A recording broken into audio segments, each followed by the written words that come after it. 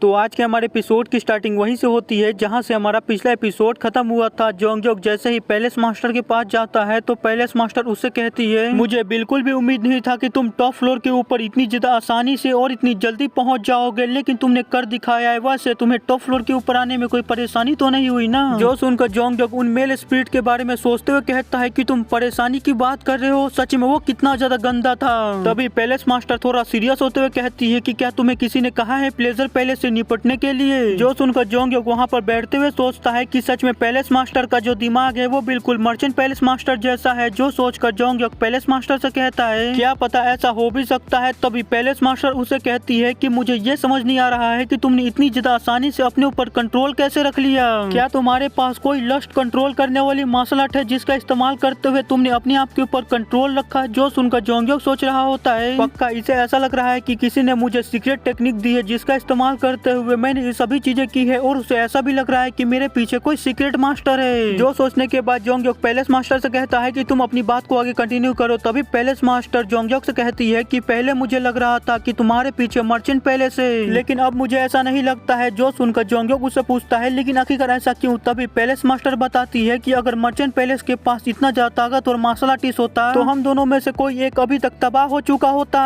जो सुनकर जोंगयोक सोचता है कि सच में ये औरत तो काफी ज्यादा तेज और चालाक है, इसने बड़ी आसानी से पता लगा लिया कि मेरे पीछे मर्चेंट पैलेस नहीं है। तभी पैलेस मास्टर कहती है कि तुम्हें पता है कि आखिरकार ऐसे कितने लोग हैं जिन्होंने सुप्रीम डिमन रियलम को रीच कर रखा है? जो सुनकर जोंगयोक सोचता है कि अगर मैं सुप्रीम डिमन रियलम की बात करूं तो वो सेंट्रल प्लेन्स में ट्रांसेंडेंट रियलम के बराबर होता है। अगर मैं सही से याद करूं तो सेंट्रल प्लेन्स में ऐसे 20 लोग भी नहीं होंगे जिन्होंने ट्रांसेंडेंट लेवल को रीच कर रखा होगा। तभी पैलेस मास्टर कहती है कि पहले 8 सुप्रीम डिमन रियलम के मार्शल आर्टिस्ट थे, लेकिन अब मुझे लेकर 9 हो चुके हैं। जोंगयोक कहता है कि मैंने बिल्कुल भी उम्मीद नहीं किया था कि आप सुप्रीम डिमन रियलम के ऊपर पहुंच जाएंगी, लेकिन सच में ये आपके लिए काफी ज्यादा अच्छा है। पैलेस मास्टर कहती है कि हाँ, ये मेरे लिए तो अच्छी खबर है, लेकिन मुझे नहीं लगता है कि ये तुम्हारे लिए कोई अच्छी खबर है। जो सुनकर जोंगयोक सोच रहा होता है कि उसके बात करने के तरीके से लगता है कि उसे ऐसा लग रहा है कि मैंने हामी के साथ कुछ गलत किया है। ये सच में कितना ज्यादा बेकार है, लेकिन अगर ये मा चुनसोक की बात है तो ऐसा होना लाजमी है। इसका कैरेक्टर ही ऐसा है कि कोई भी इस पे शक ही करेगा,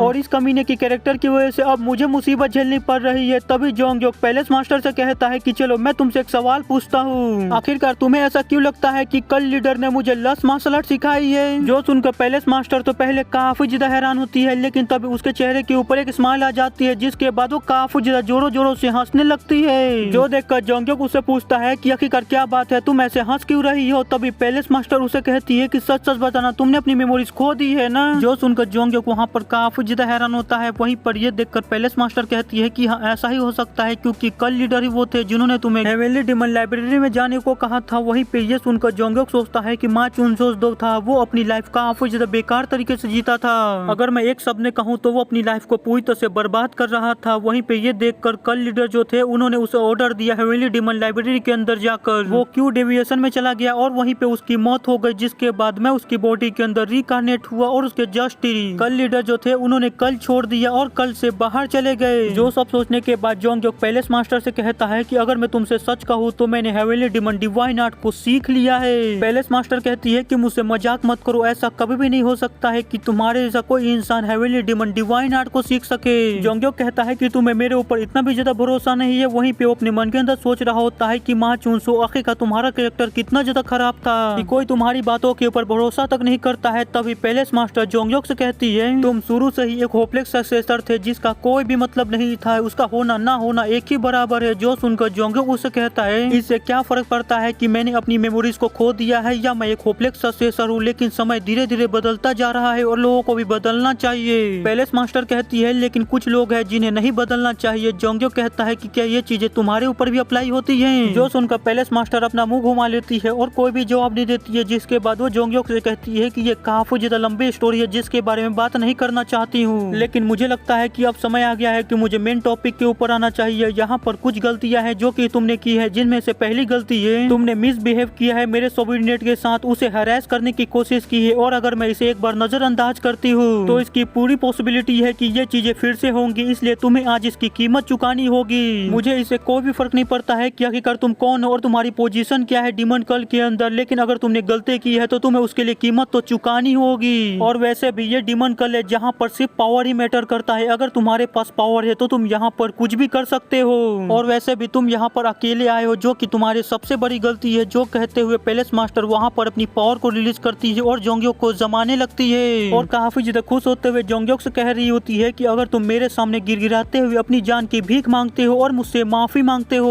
तो फिर मैं शायद तुम्हें यहाँ से जिंदा जाने देने के बारे में सोच सकती हूँ। वहीं पे हम जोंग्योक को देखते हैं जो कि काफी ज्यादा सीरियस होते हुए पैलेस मास्टर का नाम पुकारता है। जो देखकर पैलेस मास्टर को ऐसा लगता है कि जोंग्योक उसके सामने अपनी जान बचाने की भीख मांगने वाला है, जिसकी वजह से वो जोंग्योक से कहती है मैंने बिल्कुल भी उम्मीद नहीं किया था कि तुम इतनी जल्दी अपनी जान बचाने की भीख मांगने लगोगे। तो चलो भीख मांगो, मुझे मजा आना चाहिए। अगर तुम्हारे भीख मांगने में मुझे मजा नहीं आया तो मैं तुम्हें इसी समय यहीं पर मार डालूंगी। तो चलो गिड़गिड़ाना चालू करो। जोंग्योक कहता है कि क्या तुम इस तरह अपने प्लेजर पैलेस को प्रोटेक्ट करोगी? बस एक मिसअंडरस्टैंडिंग की वजह से तुमने मेरे सन कल के अंदर असैसिन भेज दिए और इनको मारवाने की कोशिश की। क्या तुम्हें लगता है कि दूसरों की जिंदगी जिंदगी नहीं है और तुम्हारे लोगों की जिंदगी जिंदगी है? पैलेस मास्टर कहती है कि मैं ऐसा कर एक एग्जाम्पल सेट करना चाह रही थी कि अगर कोई भी मेरे लोगों के साथ ऐसा करने की कोशिश करता है तो उसका क्या असर होता है। और वैसे भी जो ताकतवर होता है वो हमेशा सही होता है और यही डीमन कल का नियम है। जो सुनकर जोंग्योक को वहाँ पर काफी ज्यादा गुस्सा आता है। वो पैलेस मास्टर से कहता है कि हाँ बिल्कुल, ये तुम्हारे बस बेकार से नियमों की वजह से है। तुम्हारे इन बेकार से नियमों की वजह से पता नहीं अभी तक कितने सारे लोग मारे गए होंगे और आगे भी मारे जाएंगे, तुम्हारे बस इन घटिया से और बेकार से नियमों की वजह से। जो सुनकर पैलेस मास्टर कहती है कि बस बहुत हो गया, तुमने बहुत कर ली बकवास, अभी चीज को यहीं पर खत्म करते हैं। जो कहते हुए पैलेस मास्टर अपने फैन से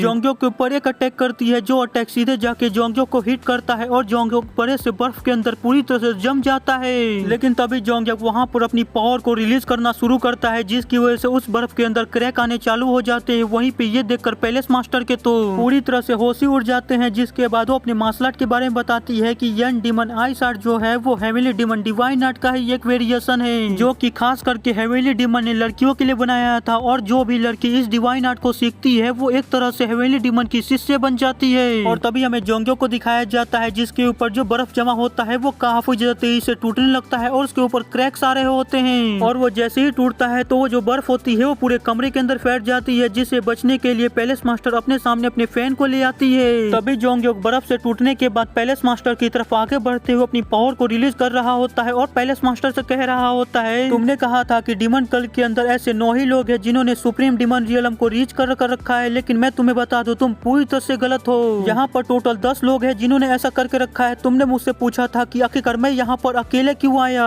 मैं तुम्हें बता दूं मेरे पास खुद के पास इतनी ज्यादा पावर है कि मुझे किसी की भी प्रोटेक्शन की जरूरत नहीं है। मैं खुद की हिफाजत खुद कर सकता हूँ और अब मैं अपनी खुद के ही हाथों से तुम्हारे इस पैलेस को और तुम्हें यहाँ से पूरी तरह से खत्म कर दूंगा। जो कहकर जोंग्योक वहाँ पर हेवेनली डीमन डिवाइन आर्ट का इस्तेमाल करता है, जिसकी वजह से जोंग्योक के पीछे एनर्जी से बना हुआ हेवेनली डीमन आ जाता है। वहीं पे हम पैलेस मास्टर को देखते हैं जो कि जोंग्योक के पास हेवेनली डीमन डिवाइन आर्ट को देखकर पूरी तरह से दंग रह जाती है। वो पूरी तरह से शॉक हो जाती है क्योंकि उसने बिल्कुल भी उम्मीद नहीं किया था कि जोंग्योक ने सच में हेवेनली डीमन डिवाइन आर्ट को सीख लिया है। तभी हम जोंग्योक को देखते हैं जो कि पैलेस मास्टर के ऊपर अटैक कर देता है। जो देखकर पैलेस मास्टर अपने आप को बचाने के लिए अपने फैन से काफी ज्यादा पावरफुल आइस का अटैक करती है, जिसकी वजह से वहाँ पर आइस की एक दीवार बन जाती है, जिससे जैसे ही जोंग्योक का पाम अटैक टकराता है तो वो दीवार मक्खन की तरह टूट जाती है और टुकड़ों में बिखर जाती है। तभी हम देखते हैं कि जोंग्योक सीधे जाके पैलेस मास्टर को गले से पकड़ लेता है और उसे गले से पकड़कर सीधे हवा में उठा देता है। वहीं पे हम पैलेस मास्टर को देख पाते हैं जिसके चेहरे के ऊपर ही डर और घबराहट होती है और जोंग्योक से कह रही होती है कि क्या तुम सच में हेवेनली डीमन हो? सच में मेरा तो शुरू से ही जीतने का कोई भी चांस नहीं था।